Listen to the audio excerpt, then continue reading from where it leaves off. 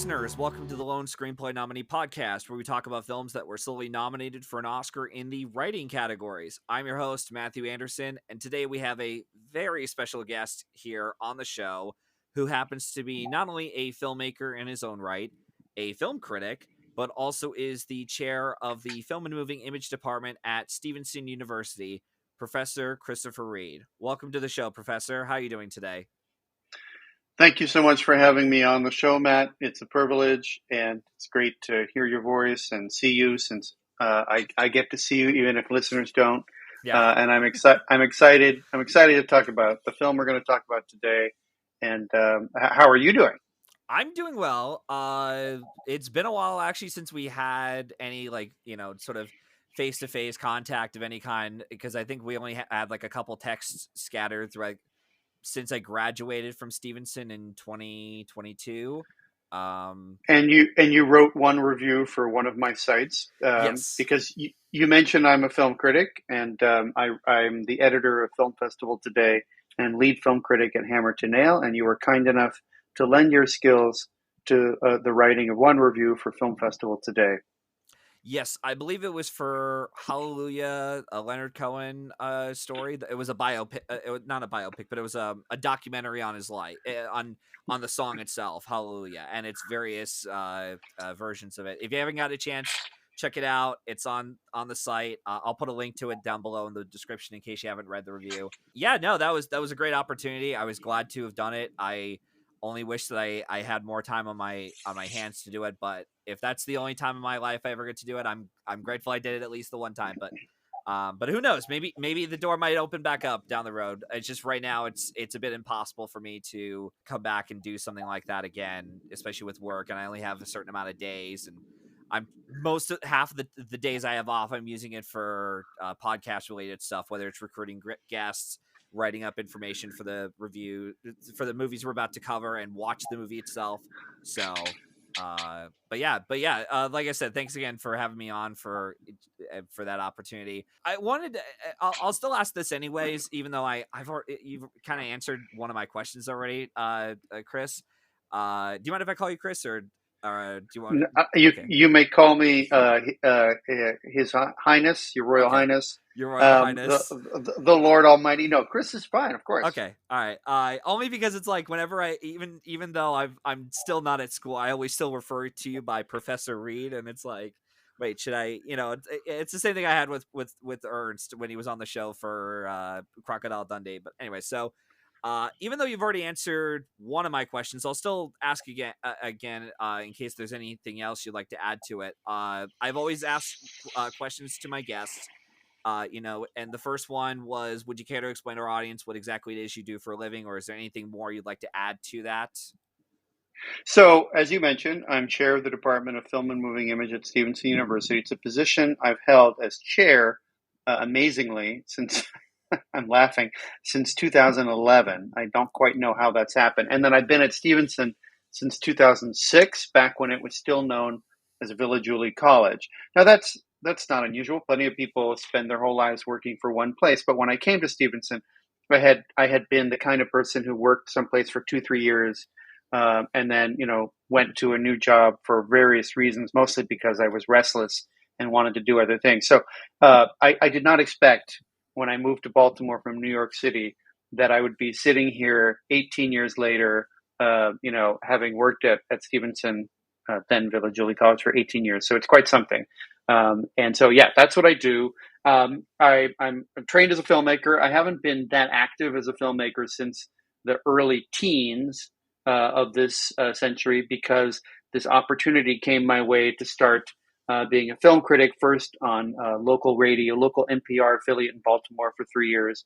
And then I started writing for Hammer to Nail, and then eventually for Film Festival Today. So my contributions to the field for now close to 10 years have been writing film criticism, which at Hammer to Nail, it's supportive criticism. We only cover films that we believe in or want to say nice things about at that site. But Film Festival Today, it's both. I certainly, we don't hold back if we think something needs to be written about negatively. but we also obviously write supportive criticism there as well when we like a film. Yeah, I was gonna say I actually just saw because I lost my bet on Bradley Cooper with Maestro. I had to I still have a couple more movies left of Michael Bay's filmography, but I just went through a doozy. It was like last Sunday. Age of Extinction I went through. Almost 3 hours I wasted on my free day, and I thought, oh man, it's like, if I had gotten an opportunity, to write that review for your site, I totally would have taken that opportunity to be like, let me rip this one into two, if possible. And the one review I will say that you've done so far on either sites or any of the sites that you've worked on so far, that has still stood to the test of time for me in terms of like how memorable some of your work is as a reviewer, was the review for, I think it was the 355, where you mentioned in the beginning, you talked about how you compared it to, I think it was the Kirk Douglas film Bad and the Beautiful, where you had said, it seemed like the said director thought, oh, I could, I could totally get it. I could give my shot in at directing and do all this stuff, and I could, direct these actors. I can, be involved in the editing process. And then when you see the final cut, it's like, yeah, maybe my strengths are elsewhere in the film industry. And yeah, no, but I really, that has stood to the test of time, to the point where I'm like, okay, I need to buy The Bad and the Beautiful to check this out. I still own it on Blu-ray, but I haven't gotten a chance to watch it. I might watch it tonight if I have the time, but we'll see. I highly recommend The Bad and the Beautiful for your listeners. It's Vincent Minnelli's 1952 great epic of Hollywood, starring Kirk Douglas as a producer who, towards the end of the film, decides that he should try his hand at directing, to disastrous results. Mm-hmm. And I was talking about in that review of the 355 about Simon Kinberg, who was transitioning from doing other things, producing, for example, to moving behind the camera as a director, and I did not happen to think that he was so successful at it. So yes. Yeah. But yeah, no, I will. And for all of our, or if there's any Oscar listeners out there, I'm pretty sure The Bad and the Beautiful is the last film to win as many Oscars as it did without getting into the Best Picture lineup. Well, I you're think it more was, the Oscar scholar than I am, so I would yeah, trust you, Matt. yeah, because I remembered, I think it was like right before Dune had won those 6 Oscars, which I corrected. I was correct about that prediction. I think The Bad and the Beautiful was the last film to win as many Oscars without a director nod, and then Dune took over that, and I was like, oh, okay, well, Bad and the Beautiful is still like the highest Oscar-winning film without a Best Picture nod, and that was at a time where they only had 5 slots, and they didn't have the expanded ballot lineup that we have now, which depending on who you talk, it maybe is a good thing we expanded to 10, in some fields it's like maybe it isn't, because it's like, well, we get other crap like Don't Look Up and Elvis, so yeah, so it's kind of a 50-50 for that. But Yeah, I anyways, mean the thing is, if you're going to expand the lineup of Best Picture nominees to 10, then I wish people would stop complaining. I get it. I understand why they're upset, but it's inevitable. Just do the math. If people are complaining about how some director didn't get nominated for a Best Picture that was nominated, that's going to happen yeah, if you have 10 nominees on Best Picture and 5 for Best Director. So I understand that people get upset and they say, well, did the picture direct itself? Of course not. But if you have up to 10 nominees for Best Picture and only 5 for Best Director, then it's inevitable to these days that you're going to have a director, there be a mismatch in the number of people. But anyway, just quickly to go back yeah. to The Bad and the Beautiful, I think you will like the film, Matt, as a Mhm. cinephile, because it's all about making movies. And Kirk Douglas is one of my favorite stars of the Hollywood Golden Age, and he's terrific in it. Yeah, we actually just covered, I think it was last year, I covered it with someone on the show. We covered Ace in the Hole by Mm, Billy Wilder, which is fantastic. love the film. Another great movie from Kirk Douglas, and I think that might have been the first Kirk Douglas film I'd seen ever. Wow. But yeah, but Wow. Well, I'll check out Bad and the Beautiful next time I have off, or if I have time later on today, we'll see. But anyway, so going back to the podcast itself, the other question I have is that I always ask my guests. It's always tough to ask someone what their favorite film is, so I might as well ask, what's your favorite genre of film? Oh, well, that's equally as tough because I don't have a favorite genre, just as I don't have a favorite film. I have films that when I start to watch them again for whatever reason, maybe I'm selecting a clip for class, I get sucked into films like It's a Wonderful Life, embarrassing, but I always get sucked into it. Babe, right? Not the sequel, Babe, Pig in the City, but the first film, Babe, Mhm. always sucks me in. And there are many more where I just can't help. I can't help but continue to watch after I've started. But I don't know if I have a favorite genre. I mean, it really is mood dependent, right? There are times when I really want to just sit down and watch an action film. But I think the kinds of films I like are films, it's not a genre, but films that are trafficking in a certain kind of genre or style and are masking larger sort of societal issues and themes within that genre. So we're having a rollicking good time, but the film also ends up being meaningful in bigger ways than just its plot.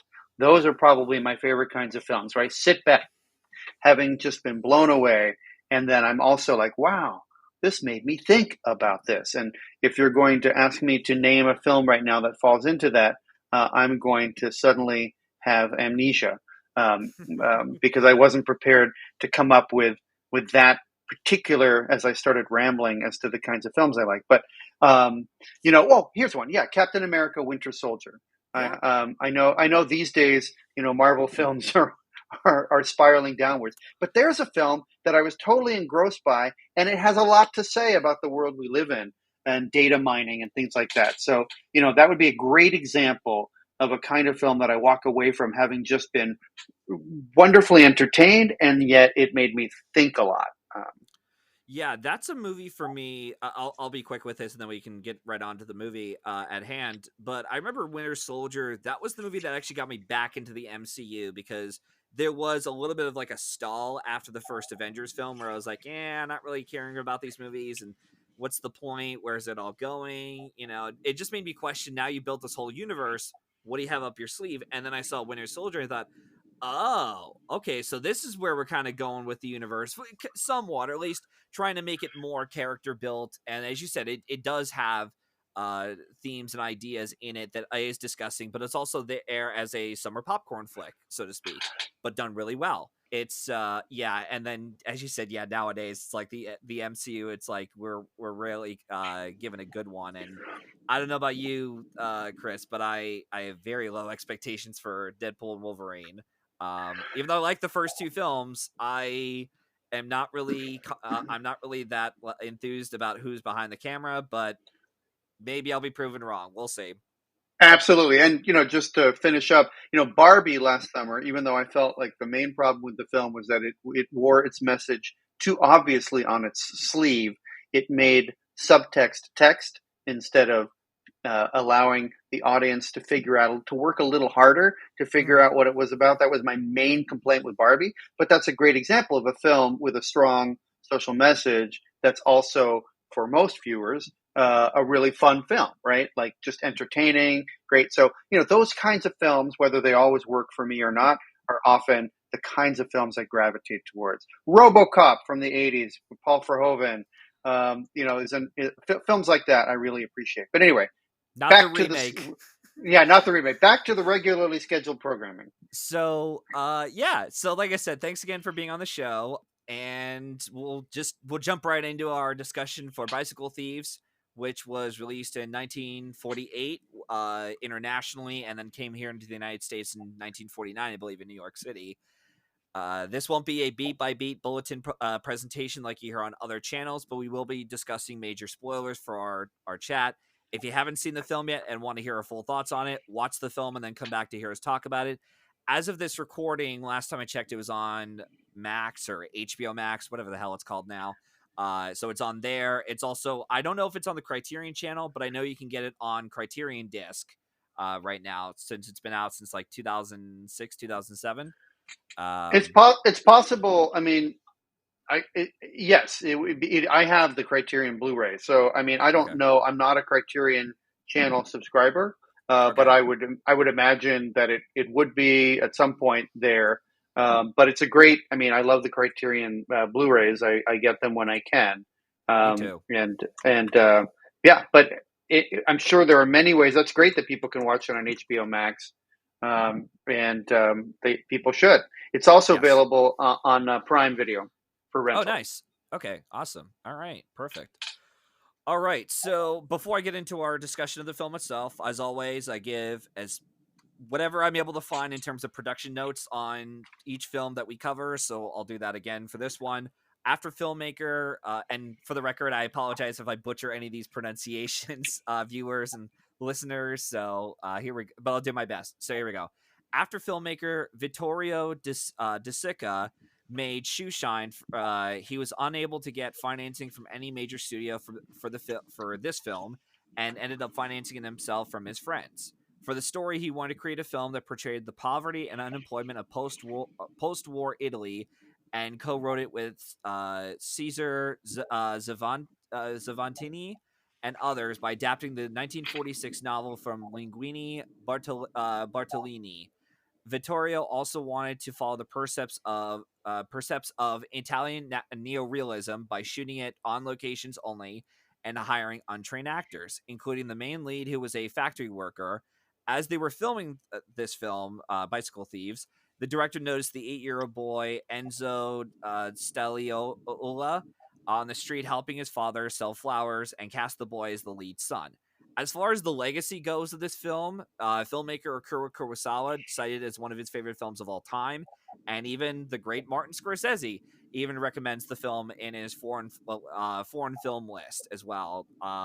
It was on a website that he recommended to a film student, and he had a whole list of foreign film lists, and this was one of them that was on that said list.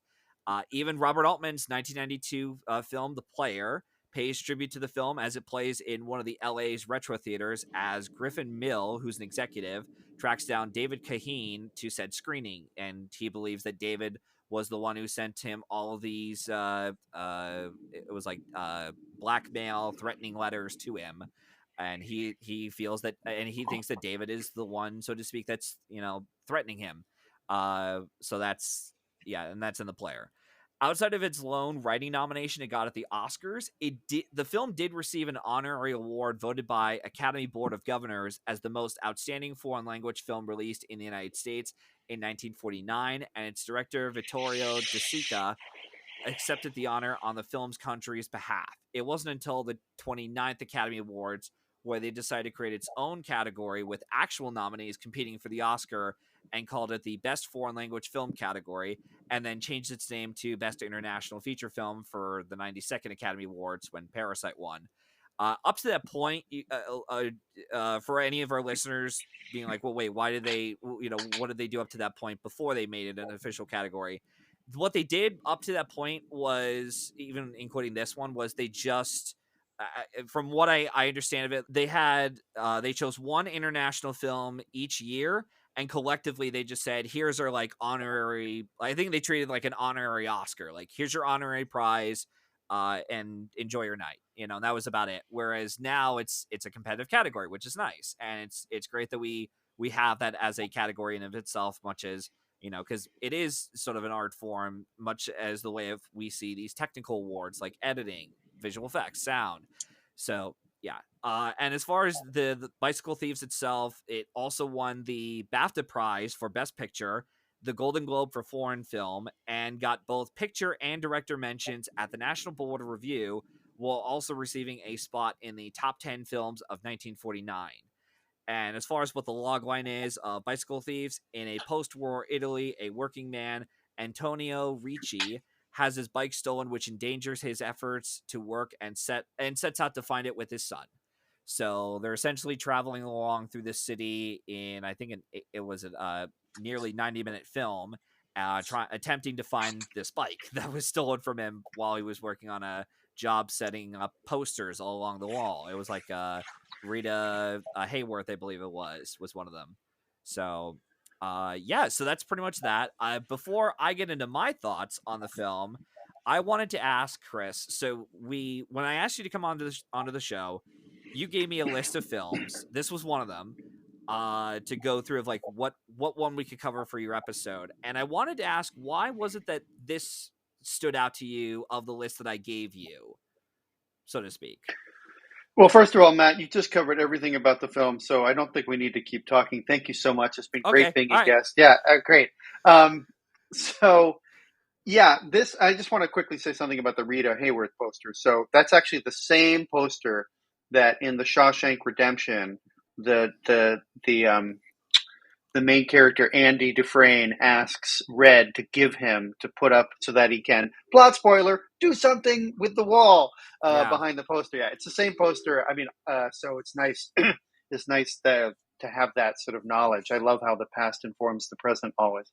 Yeah. So why did I choose this film? Well, for one thing, I genuinely enjoy this film. It is the most significant example of Italian neorealism in terms of its effect and its legacy, because it had outside of Italy, and we should note that Italian neorealist films were always much more popular outside of Italy than within Italy. Italians weren't so excited to see films documenting the difficulty of their own Yeah. lives. They knew that well enough. But people outside of Italy were fascinated by the aesthetics of this genre. And I can talk briefly about that as I explain why I wanted to, among the other films I gave you as potential topics of discussion, why I wanted to discuss this film. But yeah, so I genuinely enjoy the film. It actually is another film that sometimes when I start watching just a casino, I get sucked into. And for a lot of reasons. I mean, the performances, which are from almost exclusively non-actors, which was part of the aesthetic of Italian neorealism, are quite engaging. Although it should be noted that De Sica was not above dubbing his actors as he does for his lead actor playing the father, in order to get, I guess, a voice that he appreciated more. Hmm. But it's a really engaging look at a difficult topic, which is the poverty in post-war Italy, the difficulty of the lives of the poor, which was a recurring theme for De Sica in his work, and it is one of the themes for Italian neorealism in general. And so, again, going back to what I said in the beginning when you asked me what my favorite film was, this is a film that has a very entertaining narrative. It's not just bleak, although the ending is somewhat bleak. Hmm. But it is entertaining. There are moments of humor, and the interactions between father and son are quite moving. But it's a film that is also shining a light on the difficulty of a life when you have so few resources, right? Where the loss of a bicycle can mean the difference between having food on your table and not. And so I find the film quite engaging that way. It definitely traffics in a certain kind of cinematic sentimentality that was the hallmark of this director. The person who really launched Italian neorealism was Roberto Rossellini with his 1945 Rome Open City. That's far less sentimental. His films in general, Rossellini's films, um, are much bleaker and don't have the sentiment that De Sica would bring in. De Sica was a huge matinee idol in Italy before the war. He was an actor and then turned to directing. And so I think he has built in this sort of sensibility of of films having big emotional beats. Interestingly, just last week in the summer class that I'm teaching right now, the example of Italian neorealism that I showed was not Bicycle Thieves, but Miracle in Milan, which is a much happier and whimsical film than Bicycle Thieves. But I mean, everything about this film is gorgeous. The performances, the music, the story, and the cinematography.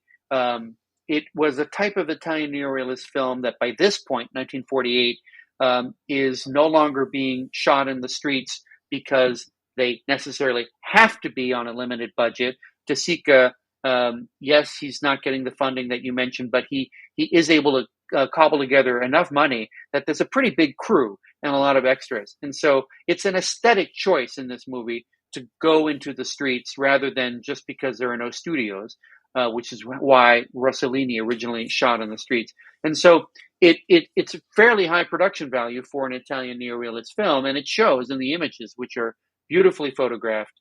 And yeah, so this is why I wanted to talk about the film. I so this is the first time that I'd seen the film. Most of these films that we cover, I've already said before on other episodes, but I'll say it again. Unless noted otherwise, just assume these are like first watches for me, which most of them are, because I'm going through an old catalog, especially from a movie from the late '40s, where it's like, yeah, I haven't really explored much of the cinema, and if I did, it was probably through your class, Chris, or it was through other classes at Stevenson that we got a chance to go through. And I rarely get a chance to find time to get through films from that era, unfortunately, again, because of scheduling I have. But I will say I definitely appreciated the film. I understand why people love the film, and I did overall like the film. I thought it was good. Like, if you asked me for a rating, I would say like 7 out of 10. I like the film, but I definitely understand why a lot of people fell in love with it, or why people would consider this like one of their favorites. And there are a couple aspects I did appreciate about the film is that for a story like this, I like that De Sica, is that how you pronounce his name? I mean, I'm not Italian, but Okay, I think it's an E sound. So De Sica, De Vittorio De Sica. Sica. De Yeah, Sica. Okay. Well, De but Sica, I I'm not Italian. An Italian listener can email you and correct us. okay. Yeah. Just send your hate mail to me. Don't send any to Chris here. But De Sica, I thought what I appreciated about him was that he told the story. He told the story without having to be like, let's do a very cliched like villain. Like, let's have like a villain come into the story and be like very cliche, like trying to force in a villain into the story of like whoever it is, like a corporate, like I don't know what it is. It's like, oh yeah, the kid stole the bike before corporate, tycoon hungry power, whatever, or something like that. And it was just about people surviving, especially in a post-war Italy, and this takes place, I'm pretty sure, after World War II. So it made sense as to why people were running through the streets, grabbing stuff, whatever they could, and even just to support their family and themselves.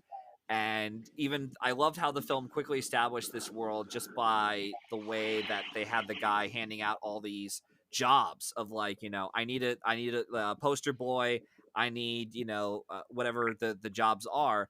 And they're all desperately like, do you have anything for us, like labor workers or anything like that? And they're like, nope, don't have any right now. Or if I do, it's only 2 days worth of labor work, that's all. And even with the idea of having all of the people just waiting for their buses to come in and just like trying to jump into the overcrowded buses, and then even as the door closed, you see that frustration from these people of like, hey, let us in, what's the meaning of this?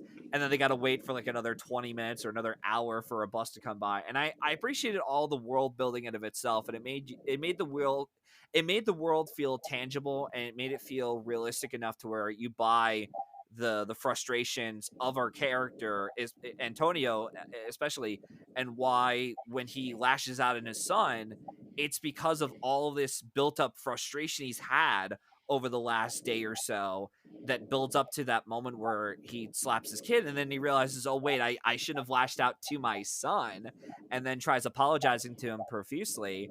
But the kid just doesn't want any of it whatsoever. Uh, so I Although, appreciated that aspect of it. well, that's a great way to describe the appeal of the film. I mean, you say the son doesn't want anything to do with it, but of course, by the end of the film, the son is there by his father's side. I mean, that relationship is extremely poignant. Life in Italy for people of this social class, of the working class, was so hard. Um, because so much of the Italian infrastructure had been destroyed, right? The Italians under their dictator Benito Mussolini, right? The word fascism originated in Italy, and Benito Mussolini's fascists take power, become then allies of the Nazis in Germany, but the Italians overthrow Mussolini before Mhm. the end of the war. They hang him upside down in a public square. It's a good message to all dictators and would-be dictators that this could happen to you too. Yep. and they hang him upside down in a public square. But then the Nazis invade Italy because they don't want the Italians to sort of start aiding the Allies now that they've gotten rid of Mussolini. And so there's this, occupation and then another occupation when the Allies defeat the Nazis. So it takes a while for Italy to begin to sort itself out. So if you're just an ordinary working class person, this and a lot of your infrastructure has been destroyed.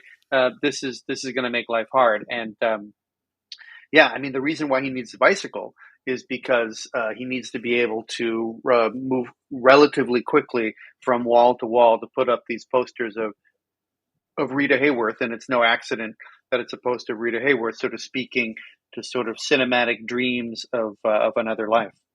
Yeah, and another aspect, speaking of the posters, that I appreciated about the film was that I never really knew at the time how they put up the posters in themselves, because whenever I see them on movies, they're like, "Oh, the poster's already put up," or whatever, or "Oh, it's already got," like, we're about to put it up, and then they do it through like montage form of like, "Oh yeah, just slap the poster on, there we go." And I didn't realize that you had like to put these posters up properly, you had to put glue onto the wall, and then after the poster is up. That was something that I was like, huh.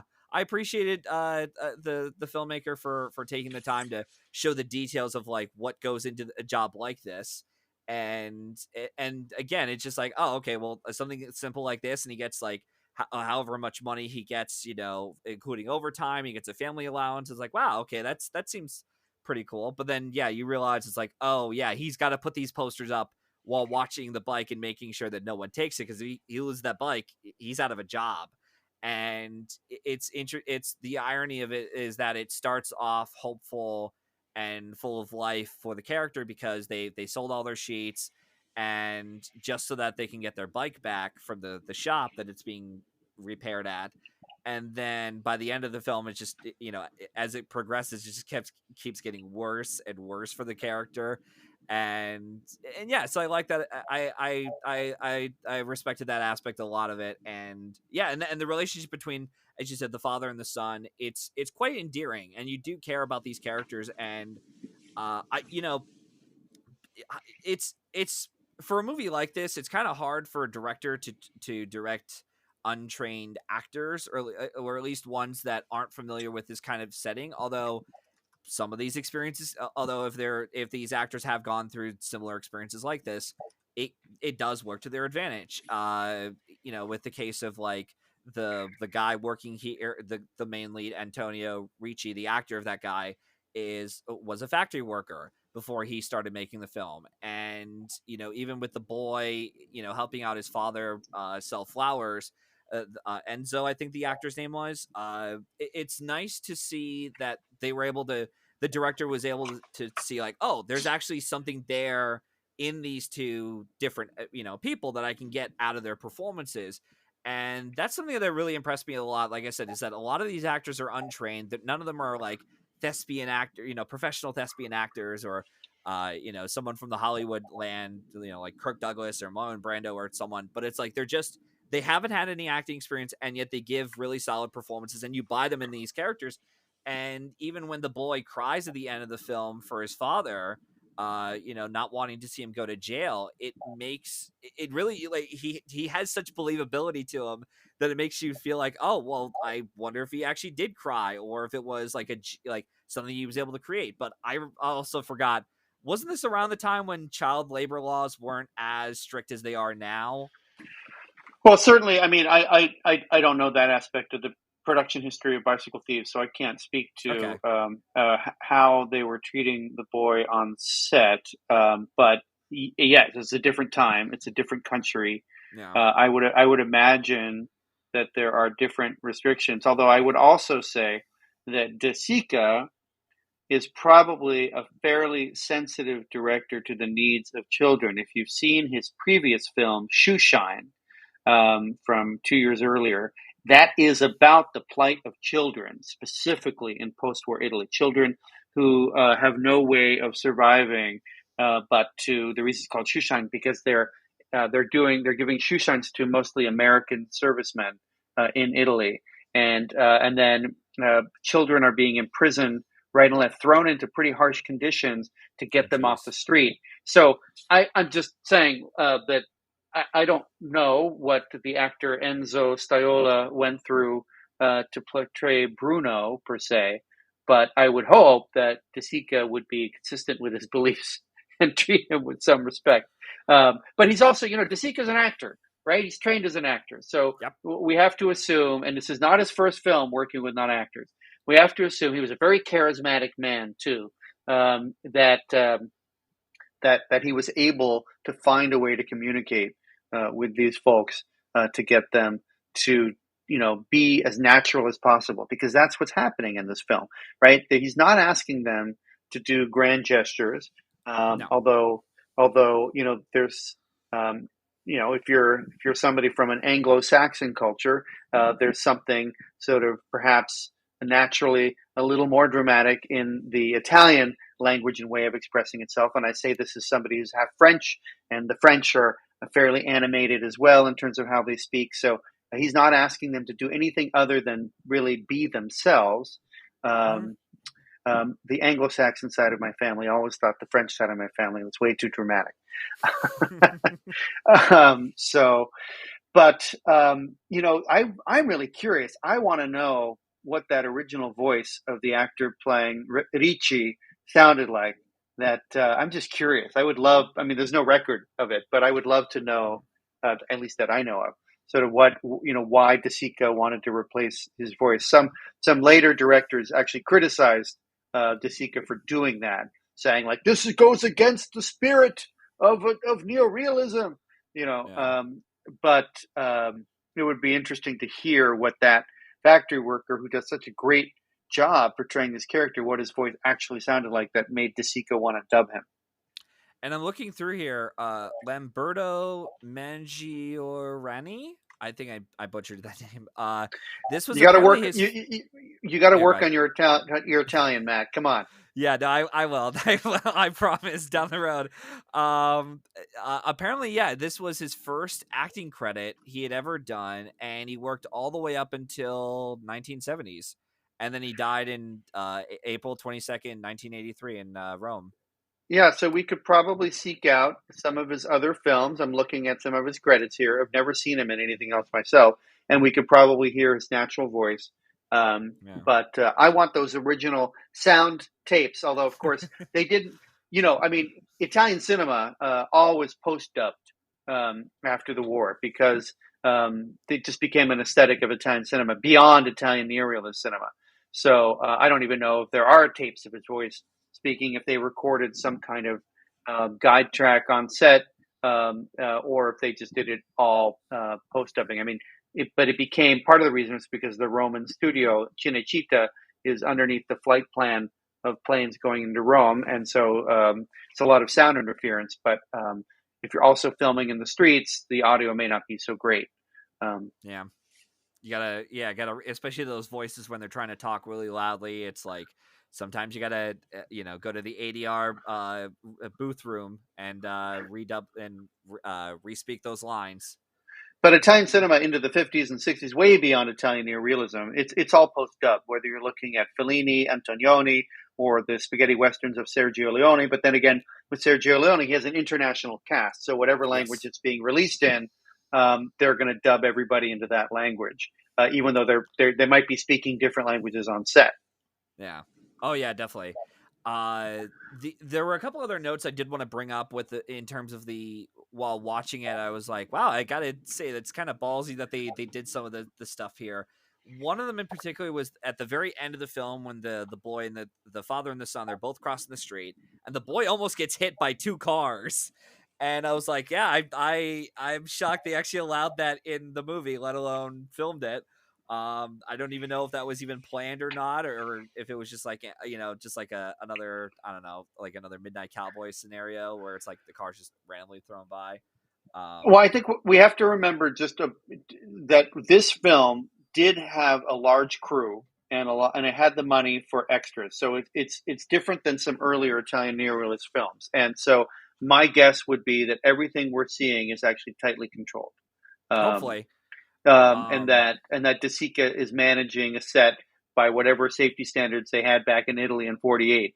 Mhm. But yeah, I know the scene you're talking about, and I'm gonna give De Sica the benefit of the doubt that he's not pulling a William Friedkin in The French Connection and putting everybody's lives at risk. Oh my god. Yeah, that scene is nuts. But it's fantastic.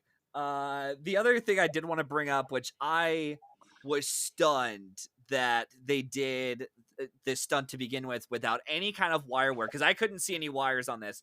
It was when Antonio's getting the bike and he notices through another window, he sees a guy putting up, like, I think it was like the bed sheets or whatever, or like these cloth, and he's climbing up the ladder, or like all these other it was like holders for all these bed sheetings and cloths, and I'm looking at it and I'm like, oh my god, like he's actually gonna climb, this guy's gonna climb that high without any wires.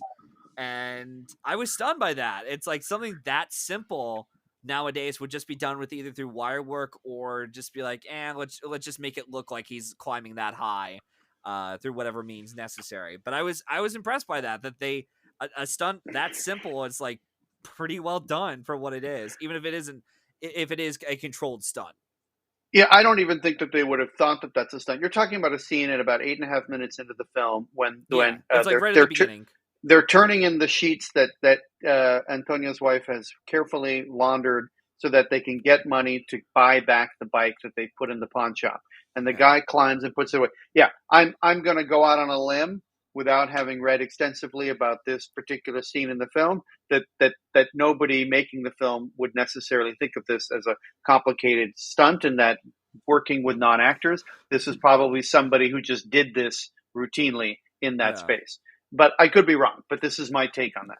Yeah, but and if that's the case, then it's like, it just shows you how shitty some of these labor laws are back then, especially when it's like, what happens if the guy fell and hit his head off the concrete? It's like he's done for. There's no health care. There's, whatever there is, it's like very little of it, probably because of it's in a post-war Italy.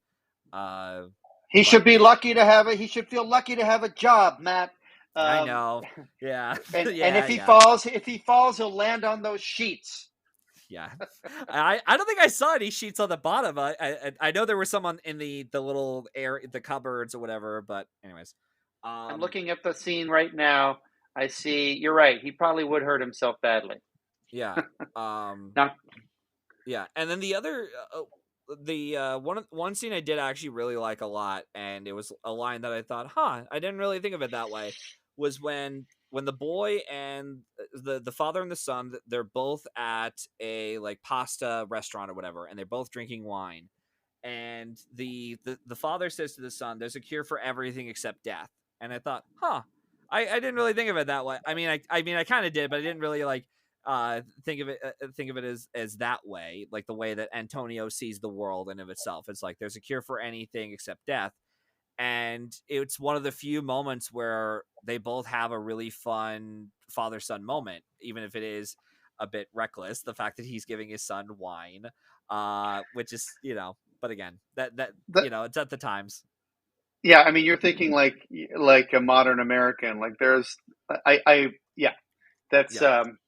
And he even says in the scene, if your mother saw me giving you wine, so clearly, even in Italian culture, they're not giving their kids wine regularly. But I think that that scene probably would land a little differently in 1948.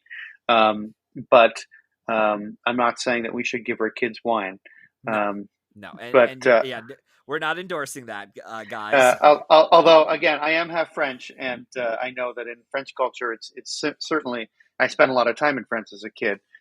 You're going to be given samples of wine to drink quite young, because after all, they want to get you to understand what wine Yep. tastes like.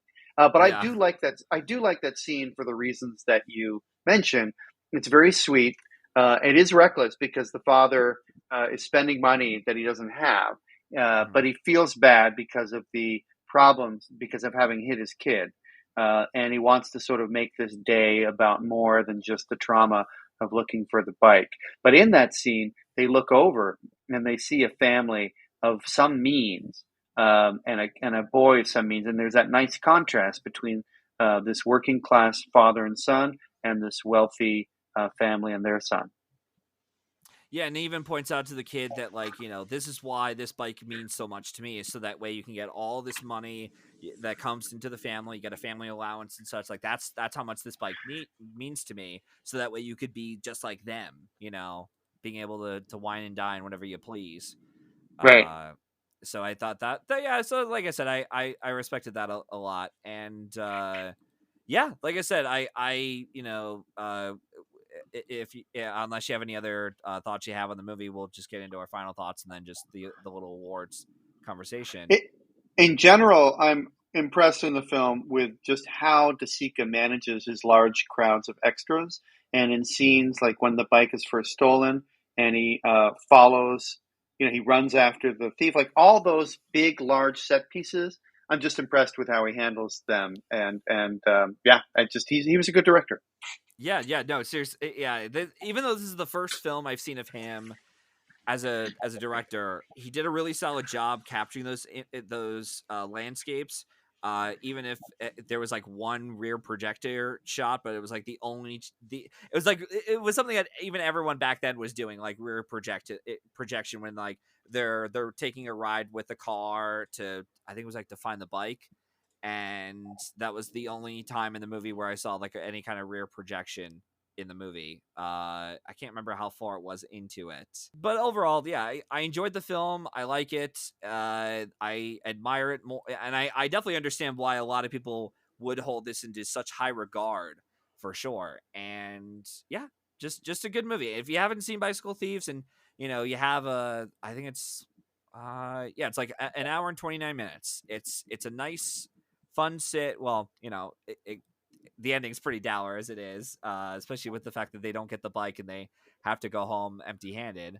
But it's a good movie, and I recommend this for, especially for cinephiles out there that want to expand more on their horizons to filmmaking, like we should in some cases, especially when we're now living in a world where it's just populated by unnecessary sequels and remakes and reboots. You know, and I think it's nice to see something like this out in the world that's doing something a bit different for a change. You haven't heard Michael Bay is redoing Bicycle Thieves. It's except in this movie, the bicycles they talk and walk and they like change Yeah, shape.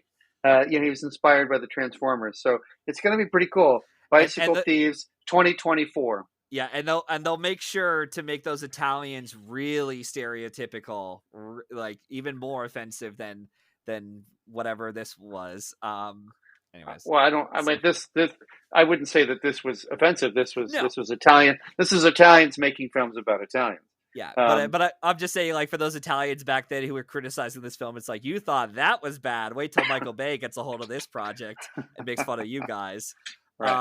So anyways, so moving on from that, we're just gonna jump into our you know, awards conversation real quick. I just want to ask if this, like I always do with my guests, I want to ask if you thought this was worthy of its sole writing nomination it got. Oh, I mean, absolutely. Cesare Zavattini. I haven't read the original.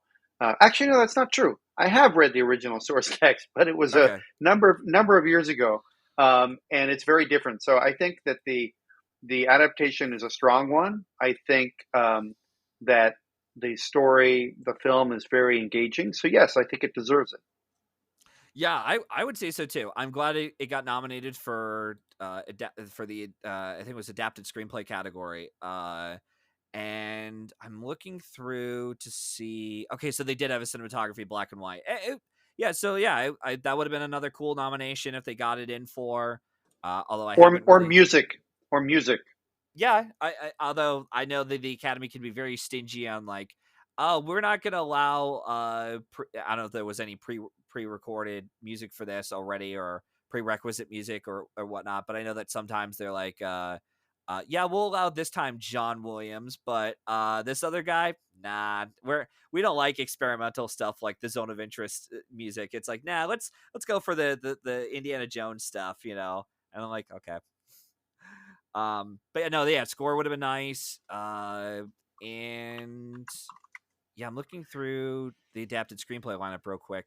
I'm actually ashamed to say that I have not seen the other four nominees for Best Writing Screenplay that year. Um, um, it I was just had it so here. it was nominated in 1950, and the four Yep. competitors. This is quite something. So, Yep. Letter to Three Wives, Yep. All the King's Men, which I think I've seen, but so long ago I don't remember. Champion and The Fallen Idol. Those were its Yep. competitors, and I've seen none of those. So that embarrasses me. Yeah, and I think that was that, and then All About Eve was Joseph L. Mankiewicz's back-to-back directorial wins. I think it was like one of the first ones to do that record to pull off like back-to-back director wins. Well, but except in 1950, let me look at the directing. Sorry, I would trust you. I'm not going to challenge you because yeah, he won A Letter to Three Wives, and then he definitely won the year after. You're 100% correct. Yep. Okay. Yeah, because it was him. I'm looking through because I should have had this prepped already for John Ford did it for Grapes of Wrath, and the other one was How Green Was My Valley. So he was the first. So John Ford was the first to do back to back director wins, and then Joseph L. Mankiewicz for A Letter to Three Wives, and then All About Eve.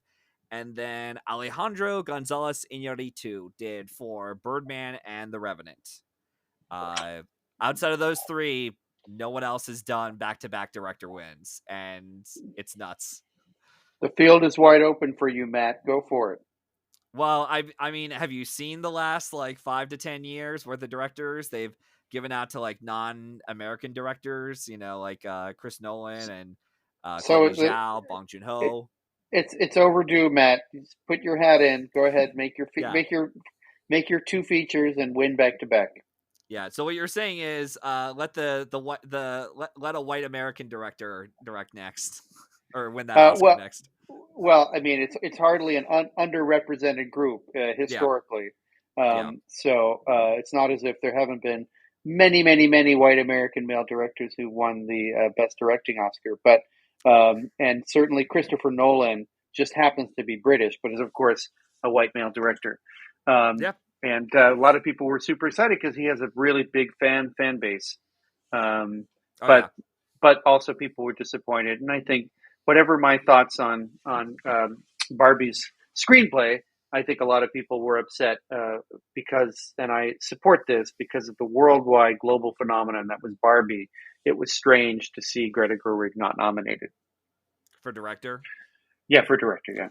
I mean, there was a whole like I'll just say real quick about that. Like, I think part of the reason why she just missed for director was just because it was such a populist movie, and that director's branch of the Academy they just do not like populist like movies that are made for money first. And even though she had attempted to create a message behind the film, and a lot of audiences did gravitate towards that message, it to the eyes of the director's branch, they still saw it as a film that was made for money. And it was great that she did make an attempt to do something more than that.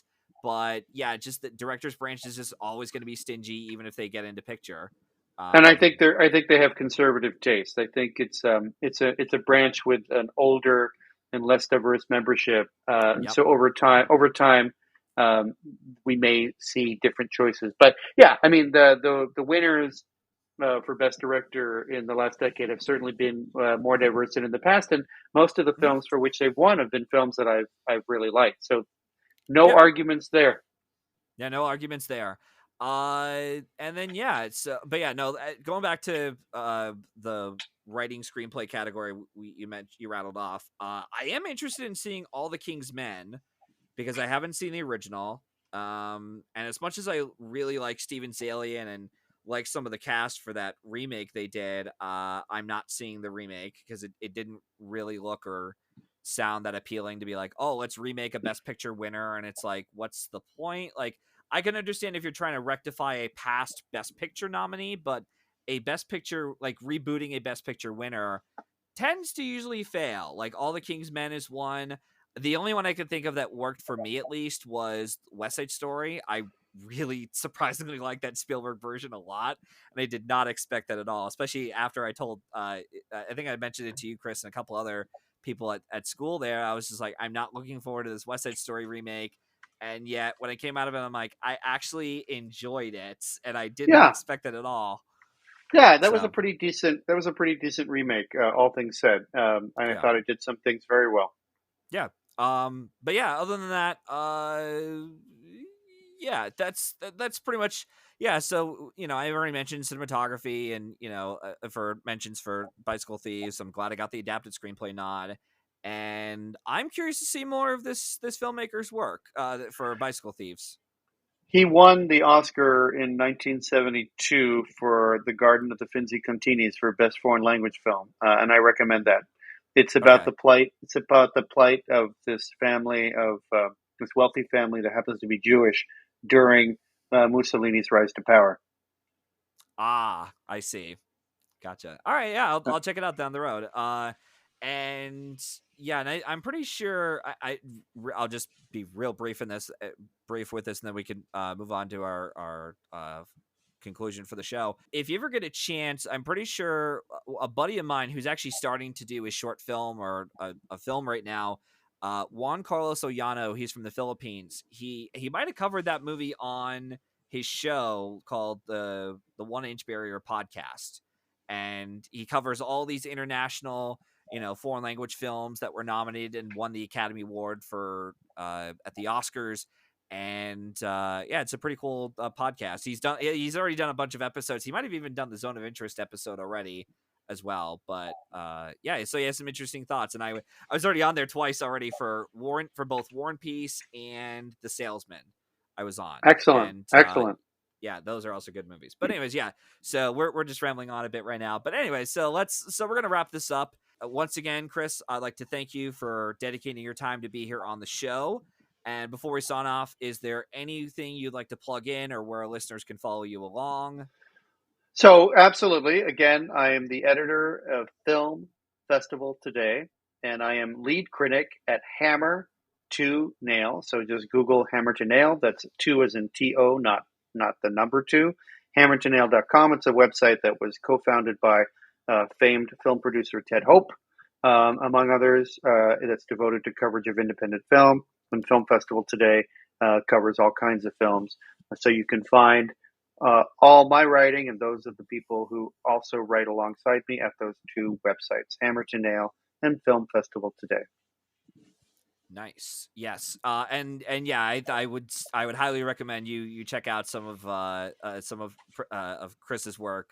Because some, like I said, some of those reviews that you wrote were really entertaining. Even if I disagreed on some of the films that you liked or disliked, they're still really fascinating to read, and to be like, oh, okay, that's an interesting perspective I didn't think about for said film. But yeah, so yeah, go ahead and check out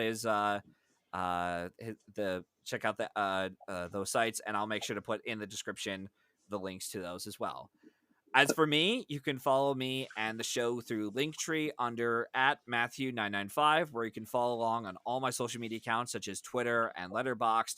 On the same site, I've also provided a link for where you can listen to more episodes of the show. And if you're interested in being in the hot seat, let me know, and hopefully we can arrange that happening soon. In the meantime, we hope you enjoyed listening to this episode, and we hope to see you at the movies. Take care, guys.